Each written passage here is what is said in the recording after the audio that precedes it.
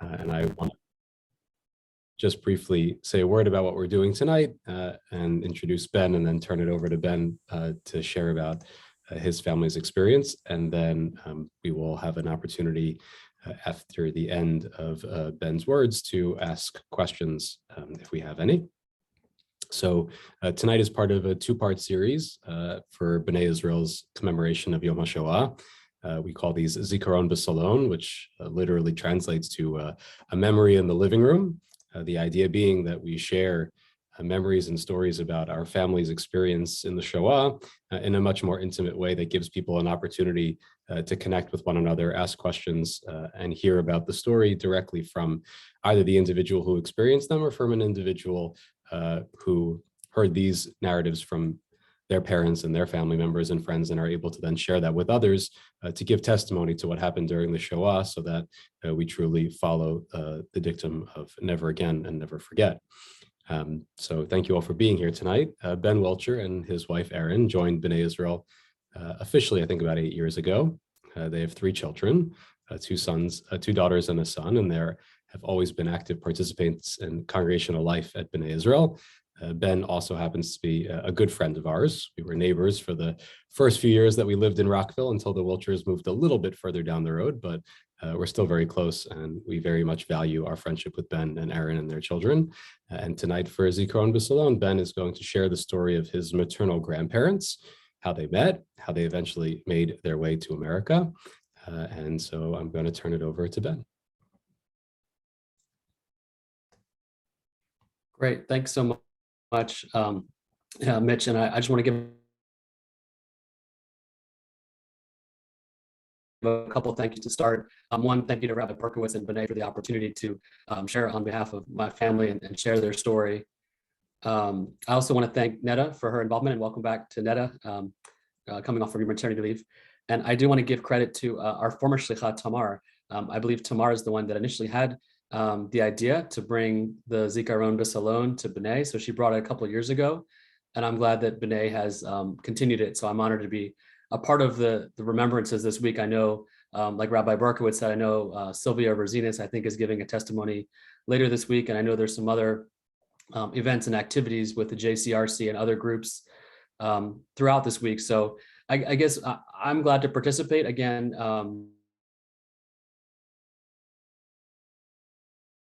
This is my kind of thoughts and observations, but really it's my honor to kind of share the story on their behalf, since they're no longer not able to do it.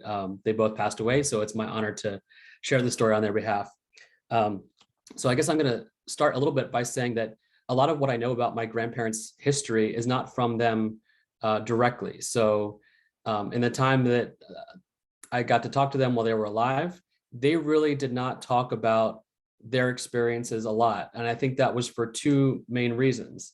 One, for practical reasons, like a lot of other survivors, I think it was hard for them to talk about all the things that they had seen, and they really just couldn't find the words to articulate. And secondly, and I think more true for my grandparents, I think it really was the case that when they were around their children and their grandchildren, they didn't want to waste a single moment dwelling on the past. They really wanted to enjoy their family, and any moment spent thinking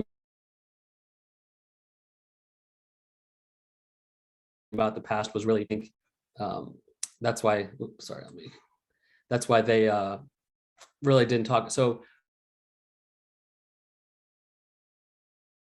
fortunately, testimonies throughout on this Zoom, but just acknowledge them. So one, Richard Friedman of Birmingham, Alabama, as well as a woman named Amy McDonald, also of Birmingham, who's actually a high school teacher down there. Both of them have taken time to interview my grandparents and record some of their stories, as well as to kind of do some background research. And then separately, I want to thank a woman named Carney Perez and the Shoah Foundation, who also took the time and actually recorded a video testimonial of my grandparents as well.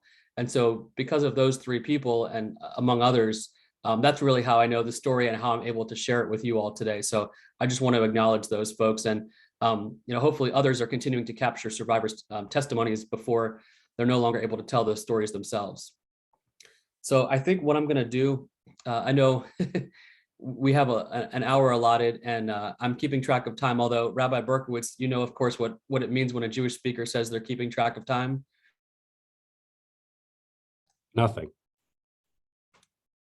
Right, absolutely nothing. But no, I'm going to keep track of time, and we'll go through this in about 3 parts. So first, we're going to talk about kind of my grandparents and kind of where they came from and their upbringing before the war, and then kind of some of their experiences during the war. The second part, we'll talk about how they met after the war in a displaced persons camp. Today, we would call it a refugee camp, but at the time, it was a displaced persons camp. And then I'll share a little bit about their journey of coming to America and the life they built in America. So I'll definitely be glad to answer questions at the end too, but let me get started. And I will have some pictures to share along the way. So let me see if I can do this now. Mitch, do I have control of, okay, so let me see if I can do this. 1 second.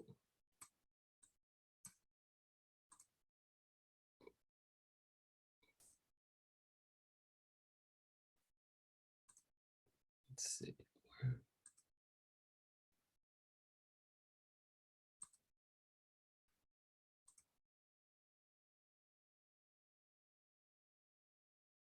Okay, so give me a thumbs up if you can see the screen. Thank you, Rabbi Berkowitz. So we're gonna start. I'll give you some background on my grandmother.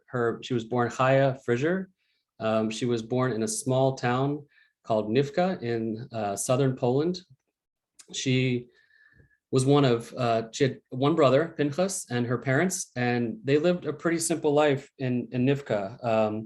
Her father was the local butcher in the town, and the town, it's out on the outskirts. The larger city is called Sosnowich, was the larger town, and that's really, it was about 3 miles away, and so a lot of their activity involved going up to Sosnowich. But in their small town of Drubin, of Nivka, there was a good amount of Jewish life there. They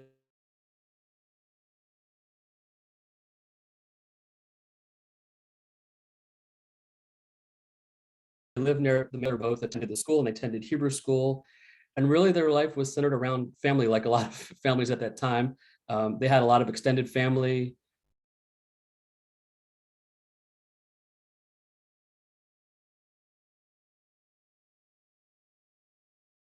In the area of that time. And she recalled fondly in a lot of her testimonials that Passover Seders, actually, that we just celebrated, were some of her favorite times of year when they had big family gatherings and her father would lead the Seder. So, sorry, I'm referring to some of my notes here from the testimonials, so thank you. So the war started for everyone in the fall of 1939. Her father was taken away pretty early, and she didn't see him after that. Her brother was taken away in March 17th of 1941, and then she didn't hear from him after that, although there were some letters exchanged with her mother during that time. So my grandmother and her mother, they actually ended up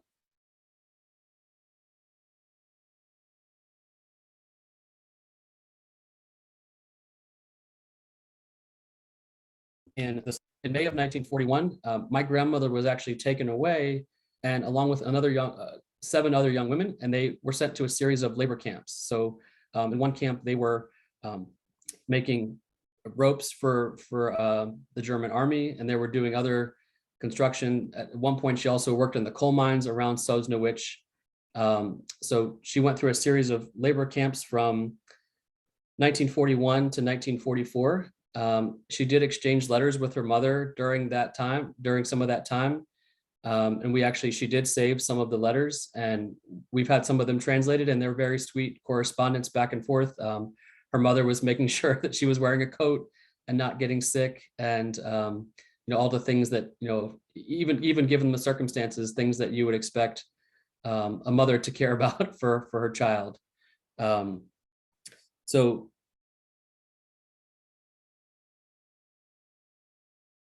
in August of 19 was liquidated, and all of the remaining Jews were taken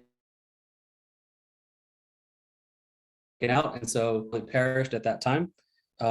My grandmother, again, went from a series of subcamps. She ended up in Trachtenau, and that's where she was in May of 1945, when Trachtenau was liberated by Soviet troops. So once she was liberated, she actually spent some time first in a displaced persons camp called Langenbelau, and that's where she kind of recuperated and got her strength back. After the war, she thought there might be some hope of finding some family members back in Nivka, so she went back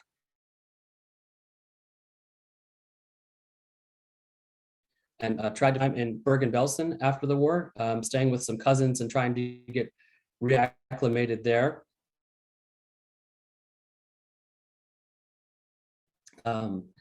Camp in July of 1946. So, sorry, one. Sorry, Mitch, am I freezing? Give me 1 second. Am I freezing a little bit? A little bit. Okay, give me 1 second, please. I'll be right back.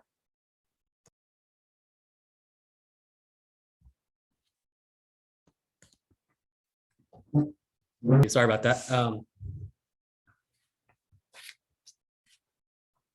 So let me go on to my grandfather, Zadie. Zadie, pictured here, was born in the farming town of Druben, Poland, in April 12th of 1917. Druben is a very small farming community about 60 miles northwest of Warsaw. In one of the interviews, he's asked to describe how big Druben was, and he says that if you sneezed on one side of town, someone on the other side of town would say, "God bless you." So it's something right out of Rodney Dangerfield, but it was a small town. Out of the town's about 2,000 inhabitants, about 1,000 were Jewish. So it had a pretty decent sized Jewish population for the time. My grandfather, Simon, was one of 9 kids. He had 6 brothers and 2 sisters.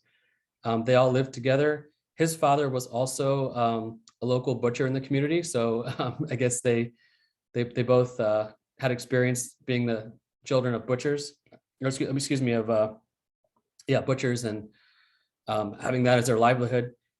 Just like my grandmother, he also described, a pretty strong Jewish upbringing, where he went to a mixed school during the day, but then would go to religious school in the evenings. And so that was his Jewish upbringing. The Jewish community in Druben was actually pretty significant. There were 7 synagogues, a number of civic organizations. My grandfather played soccer and was also involved in a couple of Zionist organizations as a youth. So really their life centered around family. He also expressed that Seders were some of his favorite activities. With such a big family, they really enjoyed getting together. He went to school until he was 16 years old. When he turned 16, at that point, he needed to go start to work and have a career and make money to support the family. So he actually went to go apprentice as a tailor. And he worked for 3 years as a tailor. He's for no wages, just that was part of his apprenticeship. And then he eventually did start working as a tailor and bringing home some money to support the family. So in 1938, when he was 21 years old, he got drafted into the Polish army. And he said that he was very proud to serve. It was an honor for him. He felt that it was, the right thing to do. And, at that time he was excited to go serve.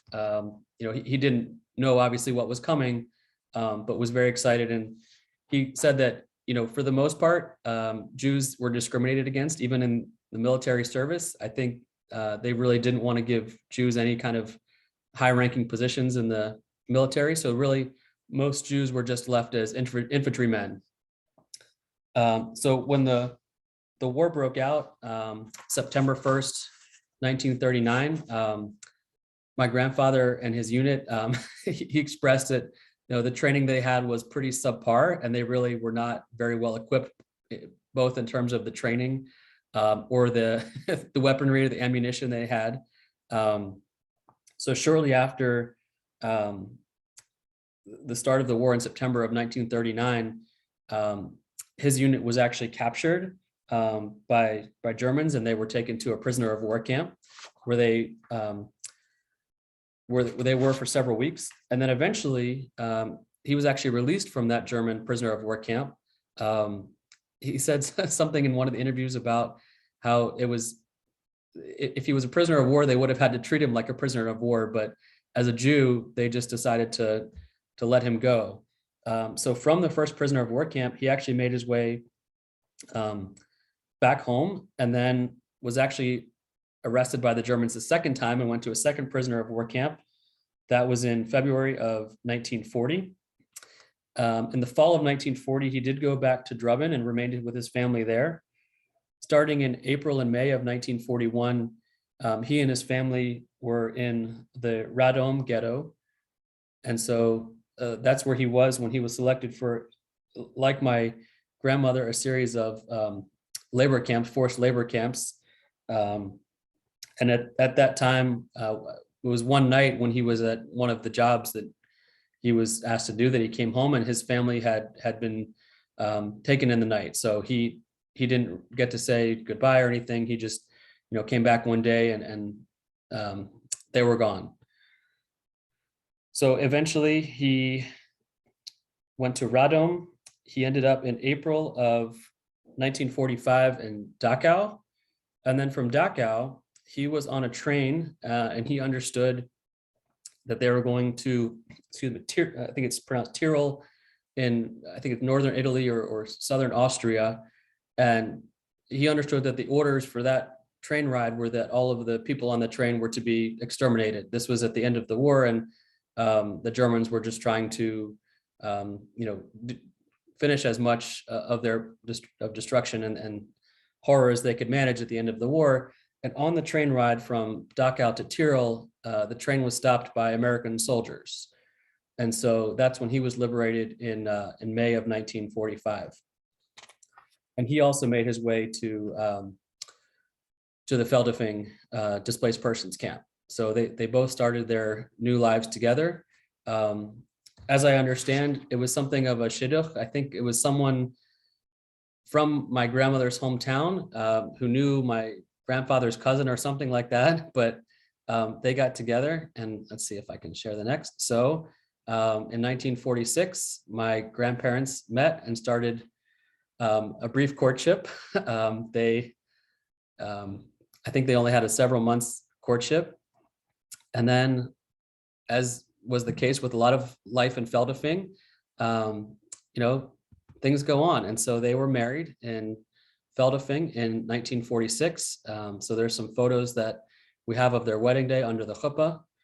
I do also want to say, so Feldafing, for a long time, I didn't really know if anyone else knew what Feldafing is. And then it turns out there's this whole community on Facebook called the Families of Feldafing. So all kinds of survivors. And actually, I was told about this Facebook group by Rebecca Ravsky. So her aunt, Barbara Ravsky, was also born in Feldafing. And so got me connected. It's a private Facebook group. And so it's been so interesting and wonderful for the last year or so to be part of that Facebook group and just see some images, not just of my grandparents, but just see images of life in the Feldafing DP camp, and to see kind of how normal it was given the circumstances. My grandparents actually, as part of their life in Feldafing, for a brief period of time, they ran a restaurant. So my grandfather, Feldafing is on a little kind of lakeside sea.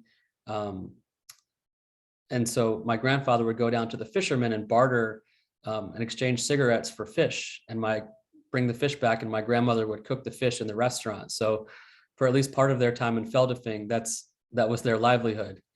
And then, of course, after you get married, what's the next thing? You have a child. And so here is my Bubby and Zadie with their new daughter in 1947. That little person there would later become my mother, but here she was just the apple of their eye in the Feldafing DP camp. And even, to the point about life being normal, this is their Rosh Hashanah card. I think based on the year, I think this would have been 1948. So I guess they were sending Rosh Hashanah cards to whatever family had. They both had family on, they were each the only ones in their immediate family who survived the Holocaust, but they both had extended cousins and things. So I think probably these cards maybe went to New York or Israel or maybe even Brazil or some other places where some of their extended family ended up. So it was in 1948 also that they decided, or they had to decide where they wanted to go next, because the Feldafing DP camp actually existed until 1953, but they knew they couldn't stay there forever.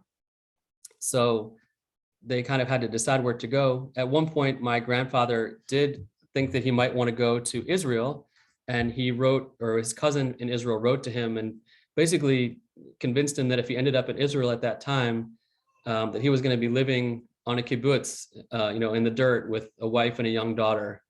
And so that really wasn't for him. So in 1948, he began the process, actually through the Hebrew Immigrant Aid Society, or HIAS, as we know they're called now, to bring, to apply to come to America. And he didn't know where he was going to go, but that's the process that they started. So let me stop. I'm going to stop sharing for 1 second. So in 1949, they made their way to America. This is November of 1949. They left Bremen, Germany on a boat and arrived in New York. And this is where a lot of people's immigrant stories, comes through Ellis Island. So their story was a little bit different, and I'll tell that in a minute. I'm going to stop sharing 1 second. So just a quick side story. A couple of years ago, we got to take my mom up to New York. There was a production of Fiddler on the Roof performed in Yiddish, which is my mom's first language. And so it was really a neat treat. It was performed, it had English subtitles, so I could understand. But the performance at that time was at the Heritage Museum, which is on the southern tip of Manhattan, right adjacent to Battery Park. And we actually stayed, our hotel was on the other side of Battery Park. So to get to the performance that evening, we had to walk across Battery Park, and of course, in view of the Statue of Liberty. And I just remember thinking it was so ironic or appropriate that, here we are going to a performance in Yiddish, about partially about Jews having to leave the old country to escape and find a new life. And the fact that we walked past the Statue of Liberty was pretty neat in that particular moment. But my grandparents' stay in New York was very short-lived because they were not destined for New York. As we know from our own Afghan Immigrant Society, refugees are kind of sponsored throughout the country by different groups. And it so happened that my grandparents and my mom were sponsored by the Jewish community of Birmingham, Alabama. And my grandfather, in some of the interviews, expressed that he had no idea where Birmingham was. He knew New York and he knew Chicago, but he had no idea about Birmingham. And I think even on one of the immigration papers, it has Binghamton, New York crossed out and Birmingham written below. So even maybe some of the immigration officials didn't quite know where they were to go. So from New York in November of 1949, they left and took a boat down to New Orleans for a couple of days. And then from New Orleans took a train up to Birmingham, where the Jewish community was waiting to kind of receive them and get them settled. They stayed in a hotel for a couple of days and then were eventually set up in kind of a grungy, less than ideal apartment as their first apartment. My grandfather in one interview talked about the cockroaches in the first apartment. So it was maybe less than ideal, but they quickly got out of that. So getting set up in America, the Jewish community, I guess, my grandfather had been trained as a tailor. And so he was set up with a job as a local tailor. And the only problem was they were paying him only something like $9 a week. And he was just appalled that, it was so little. And he said, how can I support a wife and a child on this little? So he actually quit the job and went to New York for a couple of days just to see if there was anything better up there. He had some cousins and some friends. So he took the train up to New York. And after a couple of days, he really just found, New York wasn't going to be a good fit for him. That might have been part because he grew up in such a small farming town. So New York probably was just not suited for him. So he came back to Birmingham. And shortly after he was back in Birmingham, the local department store had an opening for a tailor position. And so he went in, I think with an interpreter, and interviewed for the job as a tailor. And, he passed the test, and the manager was ready to offer him the job. And they said, okay, so how much do you want to get paid? And my grandfather, as this story has probably been told many, many times in my family, my grandfather said, I'll work for you for 2 weeks. And if you like my work, then we can discuss how much you'll pay me. So as it turns out, he did just fine during those 2 weeks, and they negotiated a salary, and he ended up working for that department store for 38 years, working his way up and becoming a master tailor. When that store was sold to a different buyer, he worked for the new store for another 9 years. In addition to his regular job, he also, throughout his whole life, kept a small tailoring studio in the basement. And so I remember going to visit in Alabama, and he would be down in his workshop even after hours. He did some freelance work. I think there was a gentleman named Stanley, and so he would bring extra pants and extra things that needed to be mended after hours. So my grandfather was always working for close to 50 years to provide for his family. But he was really proud of it. And I want to go back real quick and just share another kind of side story about another family. And give me 1 second. I'm going to reshare my screen. Let's see.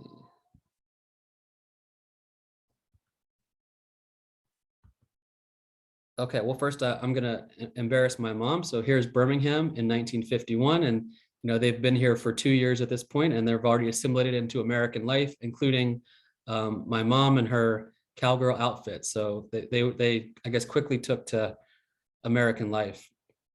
I did want to share quickly another story, another family that was also in Birmingham at that time. So on the left is a couple named Joe and Susie Wilf. They came to Birmingham in 1950. And they also had a young son at that time. So they quickly became friends with my grandparents. They were able to speak the same language and had some of the same experiences from the Holocaust. And so they became good friends. The Wilfs actually ended up only staying in Birmingham for a short time. They eventually moved to New Jersey to be closer to some other family that they had. And as it turns out, they established a really successful, wildly successful real estate business amongst other holdings. And so they eventually would pass that on to their sons. And so you see Ziggy and Mark Wilf here as well. I don't know if anybody knows either of those gentlemen, maybe. Mark Wilf has actually just finished a term as the chairman of the board of the Jewish Federations of North America. And the two of them, as you can maybe see in this photo, if you can see their lapel pins, the two of them, along with their other cousin, are the majority owners of the Minnesota Vikings football team. So I share this just to say that it's so neat. I mean, I think my grandparents' experience is probably more typical of the immigrant story, just kind of coming over and doing humble, but I'm just, wanted to share this story. And actually a couple of years ago, my mom and her siblings got to connect. Susie Wolf I think she was still alive at that point. I don't know if she's still alive now, but they connected with her 2 years ago via Zoom. And she fondly recalled their time in Birmingham and, the time spent getting to know my grandparents as they were getting assimilated into Birmingham.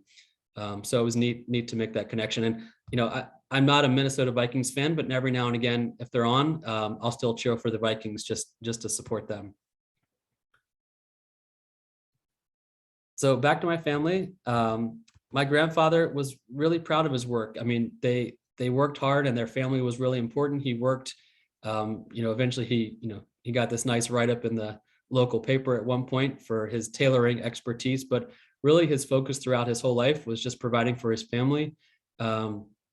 He sent all three of his kids to college. My mom is a proud graduate of the University of Alabama, and just fondly recalls her time there, including the time that Bear Bryant, the legendary football coach, tipped his hat to her as she was coming out of the library. but yeah, his children were really his pride.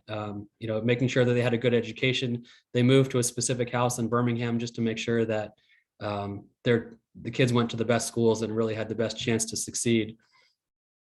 And then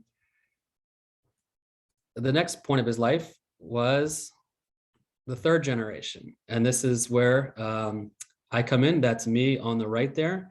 My grandfather, my Zadie, is holding my younger brother there in a very 1980s pattern on the couch, I have to say. But they were also so proud of their grandchildren. So they ended up having 7 grandchildren. They got to see all of them get bar and bat mitzvahed, which I know was a real joy and a pleasure for them to see their children not just have grandchildren, but to see them, have a strong Jewish identity. So they were really proud of us, and we got to see them once or twice a year down in Alabama, and they would come up sometimes to see us. But they were just really so proud of the family that they created, and I think they would have been, really proud. The next generation, the fourth generation, actually now has 11 kids. So from the 2 of them, a couple generations later, is now 11 great grandkids and counting.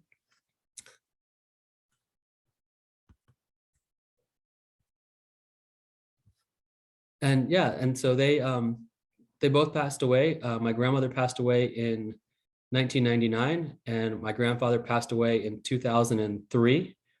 They're both buried in the Jewish part of Elmwood Cemetery in Birmingham, actually not far from Alabama coach Paul Bear Bryant. So he's not in the Jewish section, but not far away. So that's kind of the story, and I really appreciate the opportunity to come and you all coming to listen and pay attention to the story. It really means a lot to share their story. They didn't really talk about this during their lifetime, but I'm glad the programs like this exist to kind of help keep memories alive, and also to provide some context. I know with thinking about Yom HaShoah, it's such a big thing. To kind of contextualize it a little bit by sharing these personal stories, maybe makes it slightly more manageable to kind of wrap our heads around it. So I really appreciate the opportunity to do this, and you all's attention and participation today, and giving me the honor to do that. So Rabbi Berkowitz, I'll turn it back to you and see if there's any questions or other comments from anybody. Thank you, Ben, for sharing with us. It's very important for us to be able to hear these stories, and I hope a little bit helpful for you and for your family to be able to share them and to share those legacies, make sure that their stories are not forgotten. If people have questions, feel free to you can actually raise your hand, or you can use the raise hand function, or you can, if you would rather I ask the question on your behalf, you can write it into the chat to me or to Ben directly. So while you're doing that, I'll ask a question, I guess, to start, and others can join in. Can you tell us a little bit about sort of when your grandparents arrived here? Were they ever able to reconnect with other relatives from Europe, and who was sort of their support system when they were here in the States? So they connected a little bit. So they had some family in Israel, and then they also had some family that ended up in Brazil. And I think they were able to, over time, kind of maintain some connection and some correspondence with people in both of those places.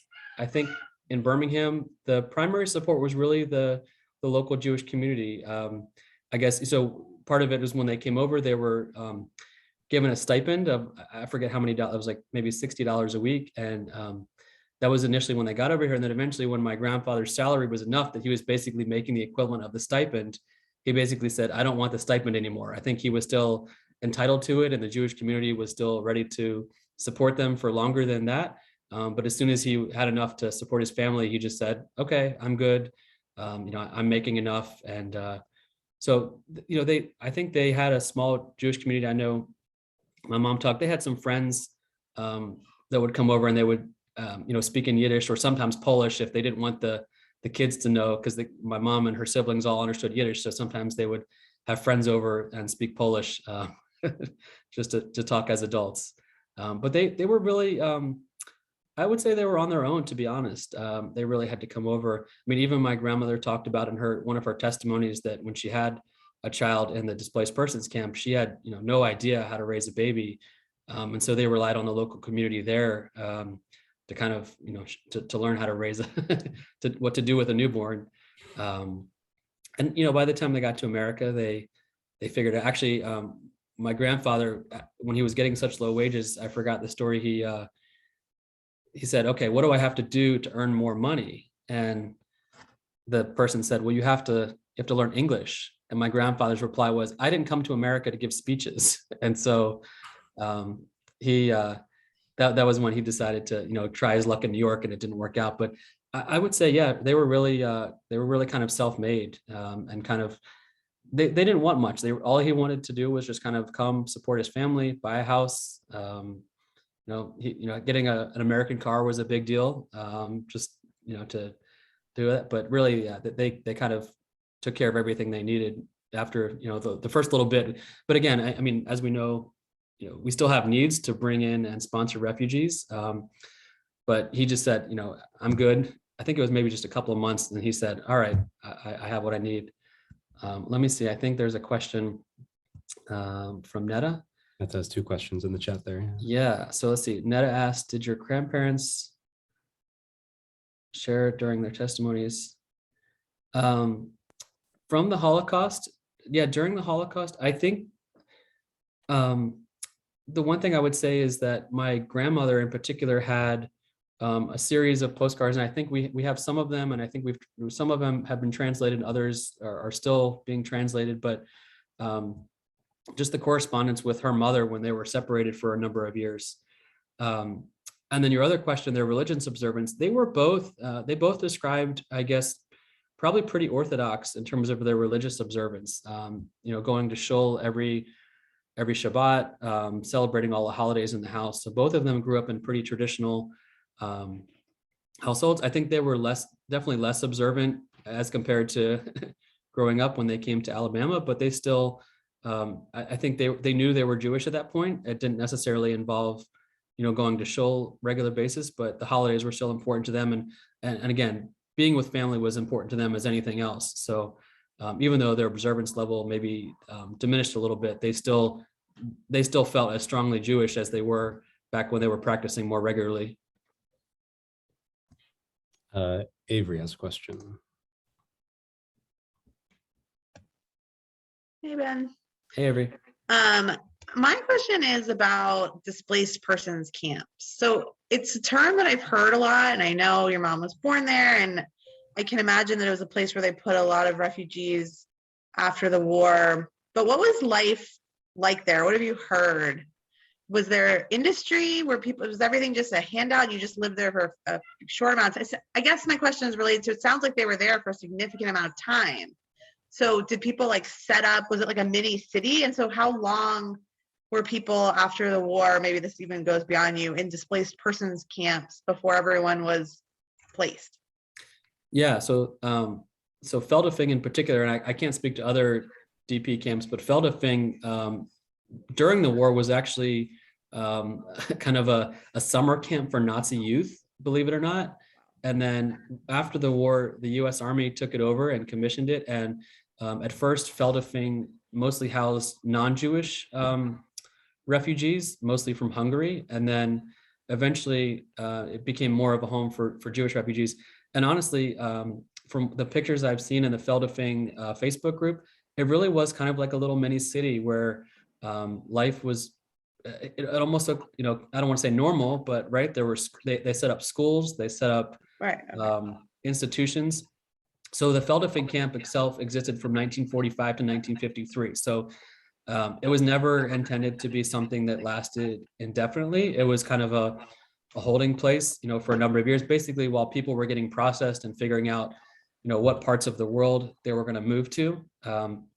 So yeah, my grandparents were there from, I guess, both of them, about 3 years total. But really, the images make it seem like they could have lived there forever, right? That they had the resources and the facilities, but really it was not meant to be a permanent city or a permanent settlement. It was always kind of a way station. Even if people did spend a significant amount of time there, it was always meant to kind of help people move on to somewhere else. And then today it's a small seaside resort town. Oh, really? My mom actually, she was traveling in Europe a couple of years ago and took kind of a side trip. And I think she said there's not much mention of the Feldafing as a DP camp. It's really more, I mean, it kind of looks like, your typical little, cute seaside resort town. And, if you didn't know any better, you wouldn't necessarily know the history of it. So for better or worse, I guess maybe, they decided to kind of not have as many historical markers there as maybe they ought to have. Yeah.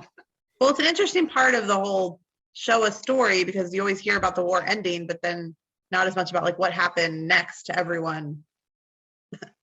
Yeah, and especially now, I mean, unfortunately, we're still seeing stories about, like, today we know what refugee camps are, Right. Unfortunately, but Right. it almost, again, I'm sure it was less than ideal, but it seemed, from the pictures, like they tried to function as normally as they could, setting up schools, setting up institutions. They, had sports leagues, and they had, anything you would expect. I mean, it almost looked like any other community you'd expect. It just happened to be that it was comprised of people, who had been scattered, their families scattered to the winds across Europe, and they were kind of collecting and all trying to help each other build a new life in Feldafing.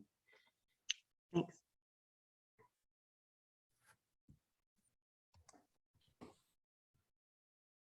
Thanks, Avery, for the question. Any other questions before we wrap up?